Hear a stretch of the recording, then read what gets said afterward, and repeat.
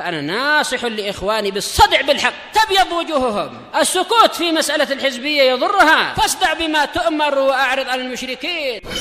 سلامي على دماج ورجالها والشيخ يحيى ودار العلم يا سعد بانيها. Bismillahirrahmanirrahim. Alhamdulillahirabbil alamin. Kita masuk ke pembahasan yang berikutnya, yaitu Al-Jami'us Shahih karya Al-Imam Al-Wadi'i rahimahullah. Dan kita belum menyelesaikan pembahasan hadis yang kelima, yaitu hadis Sofwan bin Asal Al-Muradi. Yang terakhir kita dapatkan adalah pertanyaan orang Badui, al-mar'u yuhibbul qauma walamma yalhaq bihim. Seseorang cinta kepada suatu kaum namun dia belum berjumpa dengan mereka, atau boleh jadi maksudnya adalah yaitu belum mampu menyusuli amalan mereka. Maka Nabi SAW bersabda, al-mar'u ma'aman ahabba yaumal qiyamah. Seseorang itu bersama dengan yang dia cintai pada hari kiamat. Ini menunjukkan anjuran dan dorongan untuk bergaulnya adalah dengan orang-orang yang baik, agar disatukan dengan orang yang baik pada hari kiamat. Dan jangan bergaul dengan orang yang buruk, pelaku kebatilan, karena dikhawatirkan nanti pada hari kiamat akan digabungkan dengan ahli batil. Maka tentunya kita lebih suka setia di atas siratul mustaqim, insya Allah, sehingga bisa digabungkan, yaitu harapannya bisa digabungkan dengan para nabi dan rasul, para siddiqun, para syuhada dan salihun, daripada orang-orang yang memilih untuk menyelisihi siratul mustaqim. Boleh jadi na'udzubillah nanti akan digabungkan mungkin dengan Fir'aun atau Qarun atau Haman, atau mungkin dengan Abu Jahal, Abu Lahab, atau ahli batil lainnya. Makanya ada fatwa yang bagus dari Fadilatul Syekh Ahmad An-Najmi rahimahullahu ta'ala di dalam kitab Al-Fatawal Jaliyah. Dulu anak punya kitab itu, namun tidak terbawa ya, karena beban untuk dibawa pulang terlalu banyak waktu itu, kitab-kitab dan seterusnya. Syekh Ahmad An-Najmi mengatakan setiap orang akan digabungkan kepada orang yang semisal dengannya.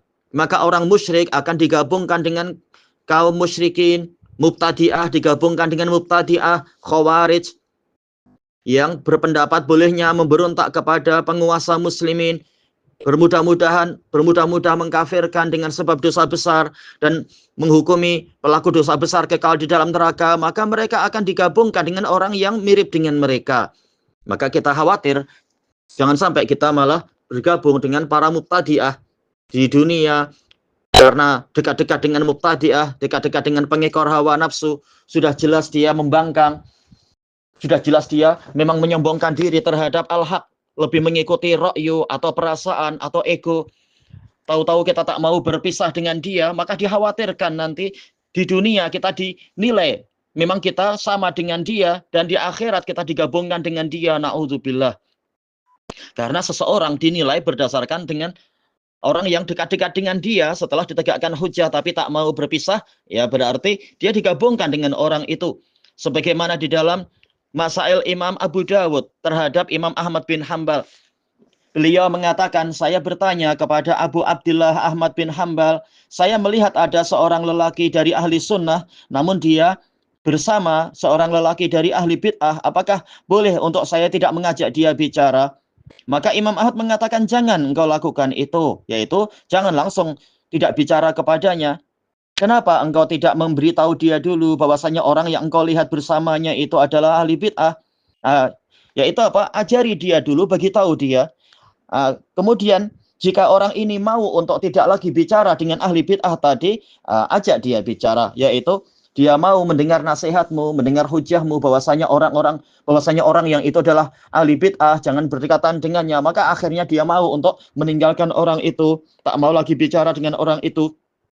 Maka berarti dia memang ahlu sunnah, ajak dia bicara, yaitu terus bicara seperti biasa. Kata Imam Ahmad, wa illa fa'alhiqhu bih. Namun jika dia tidak mau seperti itu, yaitu lebih suka untuk tetap bergaul dengan ahli bid'ah tadi, maka gabungkan dia dengan orang itu. Qala Ibnu Mas'ud, al-mar'u bi khadanih. Ibnu Mas'ud mengatakan seseorang itu dinilai dengan teman dekatnya. Asar ini sahih li ghairi, asar Ibnu Mas'ud. Baik. Ini masail Imam Abu Dawud. Kitabnya tercetak dan juga ada di dalam Tabaqat Hanabilah. Dan juga Al-Imam Al-Barbahari rahimahullah mengatakan, apabila engkau melihat seseorang duduk bersama ahli ahwa, pengikor hawa nafsu bukan orang awam, tapi sudah dinasehati, dibimbing agar setia dengan kebenaran, setia dengan asar-asar salaf, tapi malah dia lebih memilih hawa nafsunya, lebih suka kumpul-kumpul dengan pengikor hawa nafsu, maka dia adalah pengikor hawa nafsu. Nah, kalau engkau lihat ada seorang lelaki duduk bersama pengikor hawa nafsu tadi, maka berilah dia peringatan dan beritahu dia bahwasanya orang itu pengikor hawa nafsu. Nah, kalau setelah itu masih juga dia mau tetap duduk dengan pengikor hawa nafsu tadi, maka hindari dia karena dia juga pengikor hawa nafsu. Ini kalimat yang tegas dari Imam Al-Barbahari. Tidak seperti sebagian orang zaman sekarang sudah tahu orang itu tidak mempan dinasehati, tidak mempan diberi bimbingan ini itu dengan hujah, dengan asar, malah lebih suka sombong. Tapi masih mau duduk-duduk dengan alasan saya menasehati dia. Ini hanyalah tipuan. Mungkin tipuan dari setan kepada dirinya, atau dirinya yang ingin menipu ahlu sunnah dengan mengatakan saya nasehati dia. Sudah tahu bahwasanya dia memang tidak mempan dinasehati. Yang ada hanyalah ego dan perasaan. Tapi masih mau juga tetap duduk-duduk dengan orang itu. Siap berpisah dengan ahlu sunnah hanya demi memilih orang yang lebih mengutamakan egonya itu. Yang seperti ini gabungkan dengan orang yang seperti itu. Walaupun alasannya nasihat. Seperti kata Syekh sendiri, sampai bila duduk-duduk dengan orang itu dengan alasan nasihat, sementara orang itu jenis orang yang sudah mengikor hawa nafsu, dinasihati tak mau. Bagaimana kita masih mau duduk-duduk dengan orang itu dengan alasan nasihat-nasihat? Kalam dia tidak diterima, kalam orang yang lebih tua dan orang lebih berilmu, lebih berpengalaman pun tidak diterima. Engkau siapa? Bukan berarti kita meremehkan orang, tapi engkau sendiri sudah mengakui orang itu tak mau menerima nasihat. Bagaimana setelah itu engkau masih memilih pakai perasaan, saya akan tetap duduk dengan dia, menasihati dia. Ini tipuan setan yang seperti ini. Dan itu juga telah dijelaskan oleh Fadilatul Syekh Ahmad An-Najmi rahimahullah di dalam Fatwa Al-Jaliyah. Maka mestinya yang seperti ini jangan duduk-duduk dengan dia. Yang masih milih duduk-duduk dengan alasan nasihat, padahal sudah jelas orang itu membangkang terhadap nasihat, lebih suka bergabung dengan pengikor hawa nafsu, maka yang ini juga harus digabungkan kalau tidak mau rujuk. Lebih suka kumpul-kumpul dengan orang yang seperti itu, gabungkan dengan dia. Masalah bilang nasihat-nasihat ini tipuan. Anak sudah dengar sendiri dari orang-orang yang sakit dulu di Damat, alasannya juga seperti itu. Lebih suka kumpul dengan Hizbul Jadi dengan alasan nasihat-nasihat, padahal ujung-ujungnya hanyalah kepentingan-kepentingan duniawi. Kalau tidak, dalil-dalil menyuruh untuk meninggalkan orang yang seperti itu. Sudah jelas orang itu membangkang setelah tegak hujah dari sekian orang. Maka harusnya ditinggalkan, bukan malah masih terus duduk dengan dia dengan alasan nasihat. Padahal itu cuma alasan saja sebenarnya. Ini adalah kalimat yang terulang. Kalimat yang terulang dari sejumlah hizbiyun di masa lampau. Alasannya nasihat-nasihat, tapi sebenarnya adalah untuk menutupi kelemahan jiwanya. Lebih suka kumpul dengan orang yang seperti itu daripada ahlus sunnah yang tegak dan setia. Maka yang seperti ini seseorang gabungkan dengan orang yang kumpul-kumpul dengan dia. Kemudian Zaid bin Hubais rahimahullah mengatakan, "Famazala yuhaddisuna." Maka terus-menerus Sofwan bin Asal memberikan hadis kepada kami. Ini adalah kedermawanan dalam masalah ilmu. Ditanya dua perkara barangkali, yaitu ditanya tentang mengusap khuf di dalam safar, kemudian menjawab, ditanya masalah kecintaan, menjawab. Ternyata terus-menerus beliau memberikan hadis. Ini kedermawanan Sofwan bin Asal al-Muradi radhiyallahu an. Kemudian kata Zaid bin Hubais, hatta dzakara baban min qibalil maghrib.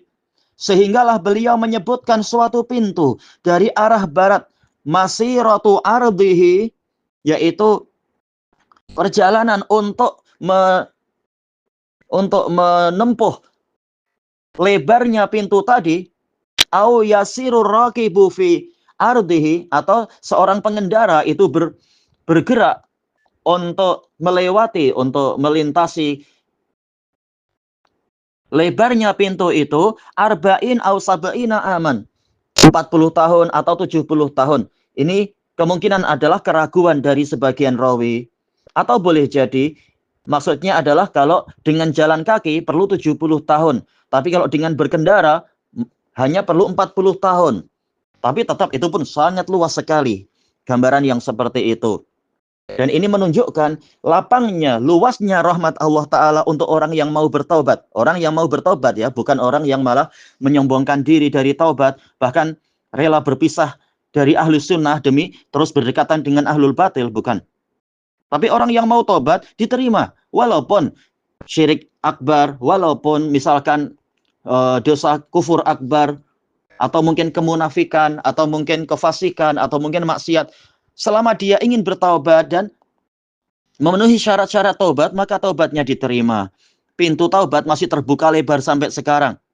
Makanya Al-Allamah Al-Munawi rahimahullah di dalam Faidul Qadir ketika menyebutkan hadis ini, mensyarah hadis ini, beliau mengatakan ini menunjukkan bahwasanya urusan diterimanya taubat itu mudah. Iya, Pak. Bagi yang mau menerima nasihat, kemudian dia mengetahui bahwasanya ini salah, maka tinggal memenuhi syarat-syarat taubat, yaitu menyesal atas kesalahan yang ada. Setelah ditegakkan hujah kepadanya, diberi nasihat dengan dalil Quran, dalil sunnah, dan asar-asar salaf, kaidah-kaidah salafiyah. Dia tahu, oh ternyata saya salah. Kemudian menyesal. Setelah menyesal apa? Berhenti. Bukan malah masih terus bergabung dengan ahli batil, berdekatan dengan ahli batil. Malah masih terus melancarkan serangan kepada ahli sunnah. Bukan. Tapi berhenti dari kesalahan-kesalahan tadi. Kemudian, apa itu? Bertekad untuk tidak mengulang lagi. Nah, bagi yang memenuhi syarat-syarat taubat, maka taubat itu mudah. Allah gembira. Bahkan Allah lebih gembira dengan taubatnya seorang hamba daripada kegembiraan seseorang yang kehilangan persediaan makanan, perbekalan makanan, dan kendaraannya di tempat yang kosong dan jauh dari pertolongan. Istilahnya tempat yang semacam gurun pasir. Kata Al-Munawi, orang-orang berada dalam kelapangan selama pintu itu terbuka. Dan pintu itu masih terus terbuka selama matahari tidak terbit dari arah barat. Dan sampai sekarang alhamdulillah matahari masih terbit dari timur. Maka kesempatan bertaubat itu masih terbuka lebar. Dan tidak perlu orang merasa sempit dengan itu. Karena pintu taubat sangat luas. Yang penting mau atau tidak mau untuk bertaubat. Baik. Kecuali jika terlambat, pintu sudah ditutup. Ini masalah lain. Demikian pula dijelaskan oleh Al-Allamah Ali Al-Qari rahimahullah di dalam Mirqatul Mafatih. Beliau menyebutkan bahwasanya sabda Nabi Shallallahu Alaihi Wasallam bahwasanya luasnya pintu, lebarnya pintu itu adalah perjalanan 70 tahun. Ini menunjukkan dengan apa? Gambaran yang mubalaghah, yaitu penyangatan tentang luasnya pintu taubat dan luasnya rahmat Allah Ta'ala untuk menerima taubat seorang hamba. Yang penting hamba itu mau atau tidak. Kemudian qala Sufyan, yaitu Sufyan bin Uyainah yang meriwayatkan hadis ini, mengatakan qibala Syam, yaitu ada di arah Syam. Sufyan bin Uyainah imam Makkah. Wilayah barat dipanggil dengan wilayah Syam. Khalaqahullahu yauma khalaqas samawati wal ard. Allah menciptakan pintu itu pada hari dia menciptakan langit dan bumi. Maftuhan, yakni litaubah. Pintunya terbuka untuk menerima taubat. Dijelaskan oleh dijelaskan oleh para pensyarah bahwasanya ini menunjukkan kesempatan taubat masih terbuka. Yang penting orang mau bertaubat. Makanya dikatakan setelah itu la yughlaqu hatta tatlu asy-syamsu minh. Pintu tadi tidak tertutup sehinggalah matahari terbit darinya. Maksudnya adalah dari arah barat. Dan bukan mustahil. Memang matahari sangat berdekatan dengan pintu itu. Allah Maha Kuasa, ini perkara gaib. Dan kita wajib beriman. Karena ini berita dari Nabi Shallallahu Alaihi Wasallam. Rawinya tentunya maksudnya adalah menceritakan dari Nabi di sini. Ini bukan perkara ijtihadiyah. Makanya dijelaskan oleh Al-Imam Al-Munawi rahimahullah dalam Faidul Qadir. Syariat ini telah mengkhabarkan bahwasanya matahari terbit dari arah barat, yaitu ketika hari kiamat sudah dekat. Al-Alamah Ali Al-Qari mengatakan, faedah ditutupnya pintu itu, yaitu ketika matahari terbit dari barat, maka pintu taubat ditutup. Ini untuk memberitahukan kepada para malaikat bahwasanya pintu taubat telah ditutup. Sehingga tidak lagi mencatat, oh si fulan beriman, si fulan bertaubat, karena pintu sudah ditutup. Tayyib. Dan biasanya memang orang baru akan bertaubat setelah melihat tanda keajaiban yang luar biasa itu. Sebagaimana Fir'aun, dia baru mau bertaubat setelah tegak hujah sekian lama dinasihati, tetapi dia tidak mau. Setelah disebutkan dalil-dalil dan dijelaskan ayat-ayat Allah, dia tidak mau. Tapi baru mau bertaubat setelah melihat kematian, yaitu tatkala dia ditenggelamkan di Laut Merah tersebut. Maka tidak ada lagi gunanya ketika itu keimanan dan taubat dia. Dijelaskan oleh Imam As-Sun'ani rahimahullah di dalam kitab At-Tahbir, ini adalah batasan untuk diterimanya taubat. Dan ini adalah makna firman Allah Ta'ala, yauma ya'ti ba'du ayati rabbika la yanfa'u nafsan imanuha. Pada hari di mana datangnya sebagian ayat Rabbmu, maka keimanan suatu jiwa tidak lagi berguna. Ini menunjukkan bahwasanya beberapa ayat Allah yang dimaksudkan di dalam ayat tadi, maksudnya adalah terbitnya matahari dari wilayah barat. Nah, ketika itu tidak lagi berguna keimanan orang yang ingin beriman. Berarti apa kesimpulan yang bisa kita ambil dari sini? Yaitu jangan menyia-nyiakan waktu. Segeralah bertaubat dan memperbaiki amal soleh sebelum kesempatan itu hilang.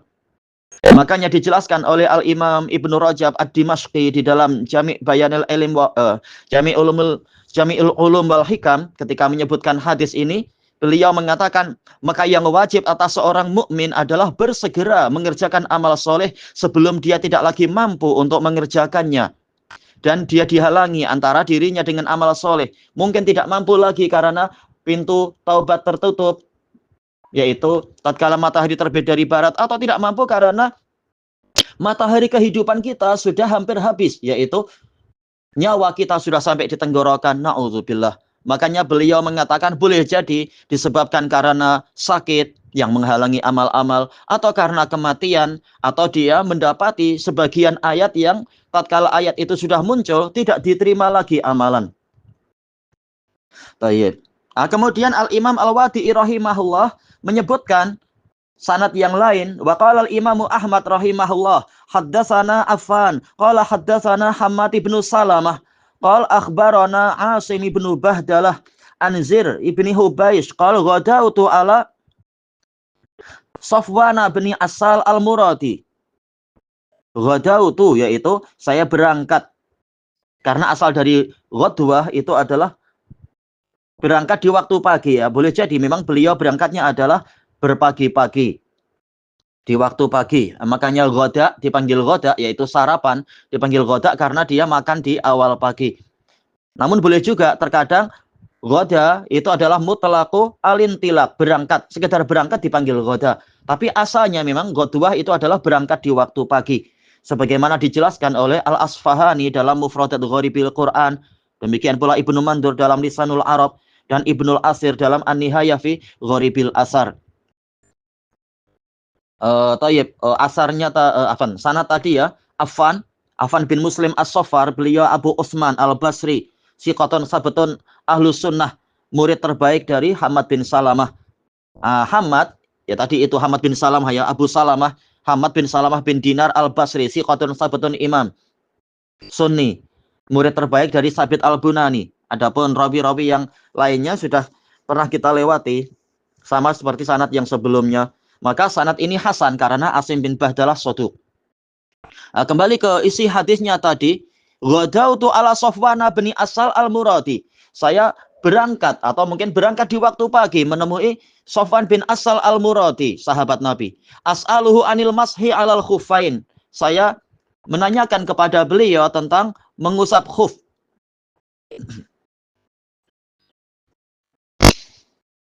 Baik. Maka beliau faqal, maka Safwan bin Asal bertanya, ma ja'abik, apa yang menyebabkan engkau datang? Qultu ibtigha al-ilm. Kenapa bukan ibtigha'u? Kenapa mansub? Dohirnya adalah maf'ul li ajlih, ai ji'tuka ibtigha'al ilm. Saya datang kepada Anda demi mencari ilmu. Tayyib. Ibtigha'a bimana talab, seperti yang dijelaskan oleh Al-Allamah Muhammad Abdurrahman Al-Mubarakfuri di dalam syarah Sunan At-Tirmidzi, Tuhfatul Ahwadhi, yaitu tayyib. Ja'a bi indaka talabul ilm. Menuntut ilmu menyebabkan saya datang kepada Anda. Itu kalau tolabu, kalau ibtigha'u. Tapi kalau ibtigha'a ini adalah maf'ul li ajlih. Kemudian Sofwan bin Asal radhiyallahu anhu mengatakan, ala ubasyiruk, maukah engkau untuk aku beri kabar gembira? Ini menunjukkan disunnahkannya memberikan, menyampaikan kegembiraan kepada kaum muslimin, memasukkan keceriaan ke dalam hati-hati kaum mukminin. Ini sunnah dan termasuk amal soleh yang terbaik sebagaimana di sebagian dalil. Kemudian warafa al-haditsa ila Rasulillah sallallahu alaihi wasallam. Beliau mengangkat hadis itu sampai kepada Rasulullah sallallahu alaihi wasallam. Nabi bersabda, innal malaikata la tadau ajnihataha li talibil ilm. Sesungguhnya para malaikat benar-benar meletakkan sayap-sayap mereka demi penuntut ilmu, ridon bima yatlub, karena ridho dengan apa yang dia cari.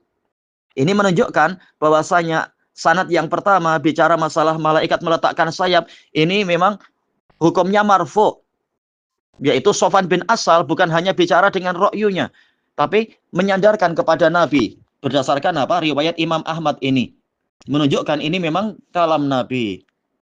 Maka kesimpulannya hadis tentang ini, innal malaikah la tadau ajnihataha, boleh menjadi jayyid karena sanad ini hasan, ditambah dengan riwayat di dalam hadis Abu Darda dan lain-lain, boleh menjadi jayyid. Yang mengatakan sahih li ghairi tak mengapa, karena boleh jadi memang ada beberapa sanad yang lain. Intinya hadis ini menunjukkan keutamaan belajar, keutamaan menuntut ilmu. Sebagaimana dijelaskan oleh Al-Imam Ibnu Utsaimin rahimahullah di dalam Syarah Riyadhis Shalihin. Memang karena hadis ini juga disebutkan di dalam Riyadhis Shalihin, yaitu ini adalah faedah yang agung menunjukkan keutamaan ilmu, keutamaan menuntut ilmu, dan yang dimaksudkan adalah ilmu syar'i, yaitu ilmu yang didatangkan oleh Nabi Shallallahu Alaihi Wasallam. Adapun untuk ilmu dunia, maka ini untuk dunia, kata Syekh Utsaimin. Tetapi maksudnya di dalam hadis ini adalah menuntut ilmu yang didatangkan oleh Nabi Shallallahu Alaihi Wasallam, yang mana ilmu itulah yang akan mendapatkan sanjungan dan pujian, yang mana Al-Quran mendorong kita untuk mengambilnya. Al-Quran dan Sunnah mendorong kita untuk mencarinya. Dan ini adalah suatu jenis dari jihad fisabilillah. Tayyib. Karena jihad fisabilillah tegak dengan dua cara, yaitu dengan ilmu wal bayan dan juga dengan silah wasinan. Tayyib. Kalam beliau panjang bicara masalah itu dalam Syarah Riyadhis Shalihin. Tayyib. Kelanjutannya besok insyaallah, wallahu a'lam. Subhanakallahumma wa bihamdika la ilaha illa anta astaghfiruka wa atubu ilaik. Walhamdulillahi rabbil alamin.